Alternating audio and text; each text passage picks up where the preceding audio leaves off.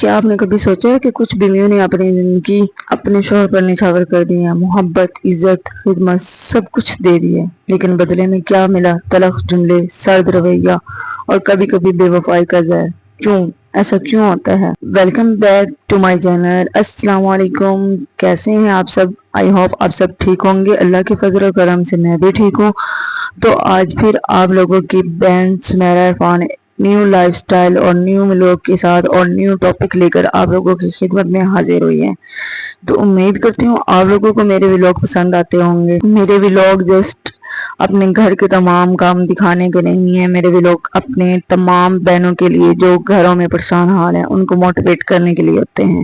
میں just vlog میں یہی بتاتی ہوں کہ تو میری بہنیں جو گھروں میں پریشان ہوتی ہیں، اللہ پاک ان کو ان کی پریشانیوں کو دور کرے اور ان کی پریشانیوں کا حل نکالے جلد سے جلد، تاکہ وہ میری ویڈیو دیکھ کے ہو سکتا ہے ان کو حوصلہ افزائی مل جائے، تاکہ یہ میرے ولاگ میری بہنیں دیکھ کر موٹیویٹ ہو سکیں۔ ایک نیک وفادار بیوی کے نصیب میں ایسا شریک حیات آتا ہے جو اس کی قدر نہیں کرتا، جو اس کی خاموشی کو نہیں سمجھتا، جو اس کی آنکھوں کے آنسو بھی نہیں پہچانتا۔ کبھی سوچا ہے کہ ایک عورت جب ٹوٹ کر جاتی ہے تو وہ اپنی ساری دنیا شوہر کے قدموں میں رکھ دیتی ہے، وہ اپنی خواہش بھول جاتی ہے، صرف اسی کے لیے جیتی ہے، لیکن جواب میں کیا پاتی ہے؟ بے رخی، سرد لہجہ یا وہ خاموشی جو دل کو چیر کے رکھ دیتی ہے۔ کیا قصور ہے اس عورت کا؟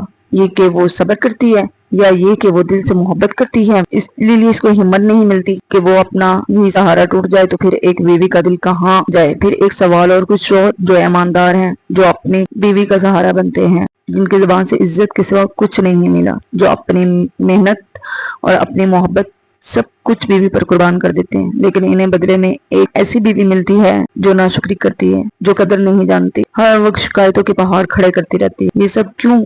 کیا یہ انصاف ہے؟ کیا یہ وہ صرف ایک اتفاق ہے یا یہ اللہ کا فیصلہ ہے؟ شاید آپ بھی اس قرب سے گزرے ہیں، شاید آپ کے دل میں بھی یہی سوال ہے، بار بار اٹھتا ہوگا، میرا کیا قصور تھا؟ میں نے اپنے شریک حیات سے سچی محبت کی، کیا میں اس قابل نہیں تھا کہ مجھے محبت لوٹائی جاتی؟ یا یہ وہ زخم ہیں جو دنیا کی نظر میں چھپے رہتے ہیں؟ یہ وہ چیخیں ہیں جو اکثر ہونٹوں سے نہیں نکل پاتے؟ یہ وہ آنسو ہیں جو تکیے کی نمی میں ہی سوکھ جاتے ہیں؟ لیکن یاد رکھیے، زندگی کے فیصلے انسان نہیں کرتا، شرعی حیات کا انتخاب بھی کبھی کبھی انسان کی مرضی سے زیادہ اللہ کی حکمت سے جڑا ہوتا ہے۔ ہم صرف ظاہری چہرے دیکھتے ہیں، ہم کردار کے پردے کے پیچھے چھپی آزمائش نہیں دیکھ پاتے۔ کبھی کبھی ایک اچھا شریک حیات اللہ کی طرف سے انعام ہوتا ہے، اور کبھی کبھی پھر برا شریک حیات دراصل ایک آزمائش ہوتی ہے، آزمائش جو آپ کے صبر کو تولتی ہے، جو آپ کی دعا کو گہرا کرتی ہے، جو آپ کو اللہ کے قریب لاتی ہے۔ لیکن یہ سب سن کر ایک اور سوال پیدا ہوتا ہے کہ کیا یہ ہر آزمائش برداشت کرنا ضروری ہے؟ کیا ہمیں بس خاموش رہنا ہے یا پھر کچھ کرنا بھی ہے؟ اللہ قرآن میں بھی فرماتا ہے، ترجمہ، ہم تمہیں ضرور آزمائیں گے، کچھ خوف سے، کچھ بھوک سے اور کچھ مال جان پھلوں کے نقصان سے، اور صبر کرنے والوں کو خوشخبری دو۔ یہ آیت صرف عام مشکلات کے لیے نہیں بلکہ ان رشتوں کی تکلیف کے لیے بھی ہے جو دل کو توڑ دیتے ہیں۔ اللہ جانتا ہے کہ ایک شریک حیات کا رویہ آپ کی زندگی کو جنت بھی بنا سکتا ہے اور جہنم بھی، لیکن ایک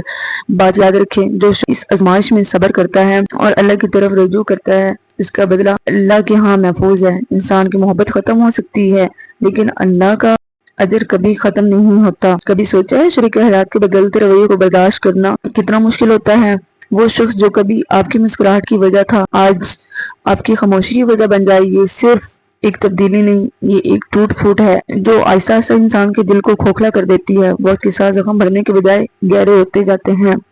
ایک لمحہ آتا ہے جب آپ خود سے سوال کرنے لگتے ہیں، کیا میں قصوروار ہوں؟ کیا میری محبت کم تھی؟ کیا میں نے اپنی شریک حیات کو خوش نہیں رکھا؟ کوئی کمی کر دی؟ یہ سوال انسان کے دل کو چیر دیتے ہیں، اور سب سے زیادہ تکلیف دے جب آپ کو جواب نہیں ملتا، خاموشی، رویوں کی ٹھنڈک اور دل کا خالی پن، یہ سب مل کر ایک ایسا بوجھ بنا دیتے ہیں جو اٹھانا آسان نہیں ہوتا۔ شریک حیات کا بدل جانا صرف ایک تعلق کا ختم ہونا نہیں ہوتا، یہ امید کے ٹوٹنے کا نام ہے۔ وہ امید جو آپ نے سالوں تک سینے میں سنبھال کر رکھی تھی کہ ایک دن سب ٹھیک ہو جائے گا، لیکن وقت گزرنے کے ساتھ احساس ہوتا ہے کہ شاید سب پہلے جیسا کبھی نہیں ہوگا۔ یہ درد جسم کے کسی حصے میں نہیں ہوتا، یہ روح کے اندر ہوتا ہے۔ کھانے پینے کا دل نہیں کرتا، نیند غائب ہو جاتی ہے اور دل کے اندر ایک ایسا خالی پن ہوتا ہے جسے زندگی سے رنگ چھن گیا ہو، جیسے زندگی سے رنگ چھن گیا ہو، وقت سب زخم بھر دیتا ہے لیکن وہ نہیں جانتے کہ کچھ زخم وقت کے ساتھ اور گہرے ہو جاتے ہیں۔ کبھی آپ نے محسوس کیا ہے کہ آپ کے آنسو بھی تھک گئے ہیں؟ پہلے رو لینا دل ہلکا ہو جاتا تھا، مگر اب رونے کے بعد بھی دل ویسا ہی بھاری رہتا ہے۔ یہ وہ لمحہ ہوتا ہے جب انسان کو لگتا ہے کہ اب میرے پاس دینے کے لیے کچھ باقی نہیں رہا، اور سب سے بڑی حقیقت ہے آپ کے شریک حیات کو شاید اندازہ بھی نہ ہو کہ وہ آپ کو کس حال میں چھوڑ گئے ہیں، یا پھر وہ جانتے ہیں مگر پرواہ نہیں کرتے۔ یہ سوچ انسان کے دل کو اور گہرا زخمی کر دیتی ہے، لیکن ایک بات جان لیجیے، یہ درد، یہ تنہائی، یہ خاموشی سب اللہ کے علم میں ہے۔ وہ ایک ایک لمحہ دیکھ رہا ہے۔ جب آپ تنہا بیٹھے دل کی چیخیں سن رہے ہیں، وہ راہ جانتا ہے جب نیند آپ سے روٹ جاتی ہے اور آپ بس چھت کو گھورتے رہتے ہیں۔ آپ کا شریک حیات آپ کو بھول سکتا ہے، دنیا آپ کو نظر انداز کر سکتی ہے، لیکن وہ ذات جو آپ کے دل کی دھڑکنوں کو بھی سنتی ہے، وہ آپ کو کبھی نہیں بھولتی۔ اور شاید یہی وہ لمحہ ہے جب انسان کا ٹوٹا ہوا دل اللہ کے سب سے قریب ہو جاتا ہے۔ کبھی کبھی ایسا ہوتا ہے کہ دکھ ختم نہیں ہوتا، جیون ساتھی کی بے رخی یا بے وفائی دن بدن اور گہرا ہوتا جاتا ہے۔ وہ وقت گزرتا ہے لیکن اندر خالی پن بھرنے کا نام نہیں لیتا۔ تم کوشش کرتے ہو کہ بھول جاؤ، آگے بڑھ جاؤ، لیکن دل کے کسی کونے میں وہ سوال رہ جاتا ہے، میرا قصور کیا تھا؟ کیا میرا قصور یہ تھا کہ میں نے سچے دل سے چاہا، یا یہ کہ میں نے اپنی زندگی کے کسی اور کے نام کر دی؟ کیا قصور میں نے اپنی دعاؤں میں صرف اس کا سکون پایا یا مانگا، یا پھر یہ کہ میں نے اپنی خوشی قربان کر کے اس کی مسکان کو بچانے کی کوشش کی؟ کیوں محبت کا صلہ اکثر زخموں کی صورت میں کیوں ملتا ہے؟ کیا سچائی کو دھوکے میں ملتا ہے؟ اور کیوں ایک وفادار دل ہمیشہ ٹوٹ کر رہ جاتا ہے؟ اور یہ وہی لمحہ ہے جب رب تمہیں اپنی طرف بلاتا ہے، جب تمہارے پاس اب کوئی نہیں بچتا، جب تمہاری بات سننے والا، تمہیں تھامنے والا، تمہیں سمجھنے والا کوئی بھی نہیں ہوتا ہے۔ تو دراصل وہ وقت ہوتا ہے جب اللہ چاہتا ہے کہ تم صرف اسی کے پاس آ جاؤ۔ یہ دکھ، یہ تنہائی، یہ بے بسی تمہیں اس در تک پہنچانے کا ذریعہ ہے جہاں سکون ختم نہیں ہوتا، جہاں کوئی تمہارا دل توڑتا نہیں۔ ہاں، تمہارے جیون ساتھی نے تمہاری قدر نہیں کی، لیکن تمہارے رب نے ایک پل کے لیے بھی تمہیں نظر انداز نہیں کیا۔ وہ تمہاری ہر آہ سنتا رہا، تمہاری ہر آنکھ کا آنسو گنتا رہا، اور تمہاری ہر دعا کو محفوظ رکھتا رہا۔ صبر یہ صرف برداشت کرنے کا نام نہیں، یہ وہ یقین ہے کہ تمہارے رب کا فیصلہ تمہارے حق میں ہے، چاہے تمہارا دل اس وقت ٹوٹ رہا ہو۔ یاد رکھو، رب نے فرمایا ہے، بے شک صبر کرنے والوں کو ان کا اجر بے حساب دیا جائے گا۔ ترجمہ: تو آج تمہارے پاس دو راستے ہیں، یا تو تم اس دکھ میں ڈوب کر ٹوٹ جاؤ، یا پھر اسی دکھ کو سیڑھی بنا لو۔ جانتے ہو، کبھی کبھی ہمارا دل ایک ہی شخص کے لیے بار بار روتا ہے، کبھی اس کے لفظوں کے لیے، اور کبھی اس کی خاموشی کے لیے، اور کبھی اس کی یاد کے لیے۔ ایسا لگتا ہے جیسے دل اس شخص میں کہیں رہ گیا ہو اور اب وہ بس آنا ہی نہیں چاہتا۔ لیکن سنو، یہ جو تم بار بار روتے ہو، یہ تمہاری کمزوری نہیں ہے، یہ تمہارے سچے جذبات کی گواہی ہے۔ یہ اس بات کا ثبوت ہے کہ تم محبت نبھانا جانتے ہو، چھوڑنا نہیں۔ مگر یاد رکھو، محبت میں صرف یادیں ہی نہیں ہوتی ہیں، کچھ سیکھ بھی ہوتی ہیں۔ تم جس کے لیے بار بار رو رہے ہو، وہ شاید تمہیں سن نہ پائے، مگر تمہارا رب تمہیں ہر حال میں، ہر پل میں سن رہا ہے۔ وہ تمہارا دکھ دیکھ رہا ہے جو وہ انسان نہیں دیکھ رہا۔ وہ تمہاری خاموشی میں چھپی چیخوں کو جانتا ہے، جب تم اس شخص کے پیچھے ہچکیوں سے رو رہے تھے، اور وہ تمہیں ایسے مقام پر لے جائے گا جہاں تمہیں تمہارا رونا یاد بھی نہیں آئے گا۔ بس اپنے آنسوں کو اللہ کے سامنے بہاؤ، اس سے کہو کہ دل تھک گیا ہے، اس سے مانگو کہ جس کے لیے رو رہے ہو وہ اگر تمہارا نصیب نہیں تو دل سے اس کی چاہ ختم کر دو۔ جانتے ہو، کیونکہ جب انسان کسی چیز سے آزاد ہو جاتا ہے نا، تو پھر وہ سکون میں آتا ہے، اور سکون وہ دولت ہے جو کسی تعلق، کسی شخص، کسی رشتے سے بڑھ کر ہے۔ تمہیں کسی ایک انسان کی خوشی سے بندھے رہنے کی ضرورت نہیں ہے، تمہیں اس رب کی طرف پلٹنے کی ضرورت ہے جو تمہیں اس شخص سے بھی زیادہ چاہتا ہے۔